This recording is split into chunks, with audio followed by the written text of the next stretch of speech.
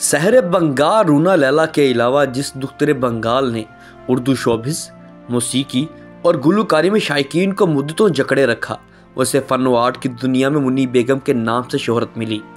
इनका असली नाम तो नादरा था, लेकिन उनकी मुन्नी बेगम की शोहरत उसे खा गई।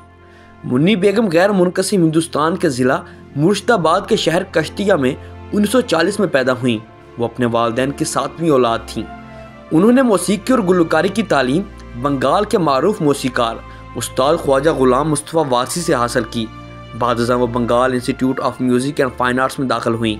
यहाँ 3 साल तक उन्होंने मुख्तलिफ असातिज़ा और प्रोफेशनल गुलकारों से मौसीकी, गज़ल गोई, बंगला गीत की तालीम हासिल की।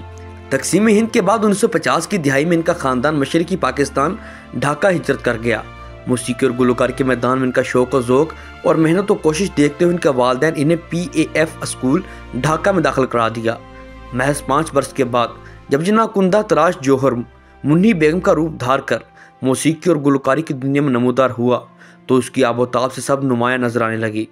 बहुत कम अरसे में मुन्नी बेगम का नाम गज़ल शायकीन के दिलों और हलकों में जगह बना गया। वो मशरक़ी और मगरबी पाकिस्तान, इसी तरह बैरूनी दुनिया में अपने फ़न मौसीकी के मुज़ाहरे कर रही थीं कि मशरक़ी पाकिस्तान पर मुख्तलिफ सियासी और समाजी, कुदरती और मौसमियाती मुसीबतें टूट पड़ीं। इन हालात की सफाकियत और इनकी माबद रोनमा होने वाले मुहीब हालात की भिनक पाकर कितने ही ख़ानदान मगरबी पाकिस्तान के मुख्तलिफ शहरों और सूबों की तरफ हिजरत कर गए। ये 1971 यानी सकूत ढाका से चंद साल पहले की बातें हैं कि मुन्नी बेगम के ख़ानदान को एक और हिजरत करनी पड़ी। इस बार ये बंगाली ख़ानदान शहर कायद, उर्दू और अदीबों की बस्ती, फ़नकारों, अदब फ़न के दिलदादों का शहर कराची जा पहुँचा। तारीख बताती है कि ये दूरअंदेश और जहांदीदा खानवादा 1968 में कराची पहुँचा था, जहाँ 2 साल के बाद यानी 1970 में मुन्नी बेगम ने कैरियर का दोबारा आगाज़ किया। आवामी हलकों और स्टेज के अलावा बिन्हें रेडियो पाकिस्तान, PTV और दीगर इंटरटेनमेंट चैनल से भी दावतनामे मौसूल होने लगे थे। 1976 में मुन्नी बेगम ने अपना पहला एल्बम रिकॉर्ड किया, जिसने तमाम साबिक़ा रिकॉर्ड तोड़ दिए। ये एल्बम और इसके बाद आने वाले तमाम एल्बम्स में मुन्नी बेगम का ये इम्तियाज़ था कि उन्होंने मौसीकी की कदीम और रिवायती सुरों में नए इजाफे किए थे। 1980 की दिहाई में मुन्नी बेगम रिश्ता अज़दवाज में मुंसलिक हो गई, मगर ये शादी 1998 में तलाक पर ख़त्म हुई और गाता गुनगुनाता सितारा तलाक का दाग और 3 बच्चे लिए अपने मदार में वापस आ गया। और जब इस 18 वर्ष की ज़िंदगी की तरफ देखती, बेख्तियार क्या उठती, वही मुनसिफ़ों की रिवायतें, वही फैसलों की इबारतें।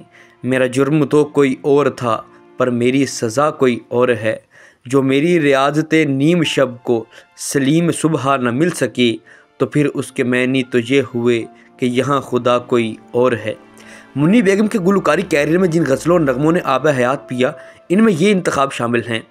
राज़े उल्फत छुपा के देख लिया, मेरे मुँह कफन से खोला, कब मेरा नशेमन अहले चमन, मैं नज़र से पी रहा हूँ झूम बराबर झूम शराबी, हल्का हल्का सरूर है साकी, बोतल खुली है रक्स में जाम शराब है, पारसाई धरी की धरी रह गई, हर कदम जहमतें हर नफ्स उलझने, आवारगी में हद से गुज़र जाना चाहिए, मैं ख़याल हूँ किसी और का, वो जब आएंगे महफिल में बेवफा से भी प्यार होता है, चाहत में क्या दुनियादारी इश्क में कैसी मजबूरी, भूलने वाले से कोई कह दे ज़रा किसी के गम में वकार खोना, मरीज़ मोहब्बत इन्हीं का फसाना, सुनाता रहा दम निकलते निकलते।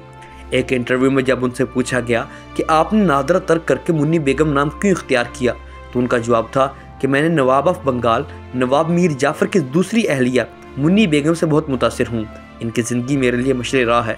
मुमकिन है कि आपको इनके शोहर मीर जाफ़र से इत्तफाक नहीं होगा, मगर इनकी अहलिया की खिदमत सरज़मीन बंगाल के लिए नाकाबिल फरमोश हैं। मुन्नी बेगम ने अपने गुलकारी कैरियर में बिलखसूस अख्तर शिरानी, उस्ताद कमर जलालवी, कतील शिफाई, फैज़ अहमद फैज़, अहमद फराज और सलीम शहजाद की बेज़ुबान गज़लों को मुतरन्नम आवाज़ और अपना सोज़ो साज देकर हयात जावदां बख्शी है। मार्च 2018 में उस वक्त के गवर्नर सिंध डॉक्टर इशरतुल इबाद खान ने इन्हें गवर्नर हाउस कराची में मुनक्कद एक सादा मगर पुरवकार तकरीब में तमगा उसने कारकर्दगी से नवाजा। इन दिनों वो शिकागो में मुकीम हैं और अपने बीते दिनों को याद करती हैं। अगर आपको हमारी ये वीडियो अच्छी लगी है तो हमारे चैनल को लाइक, शेयर और सब्सक्राइब करना मत भूलिएगा।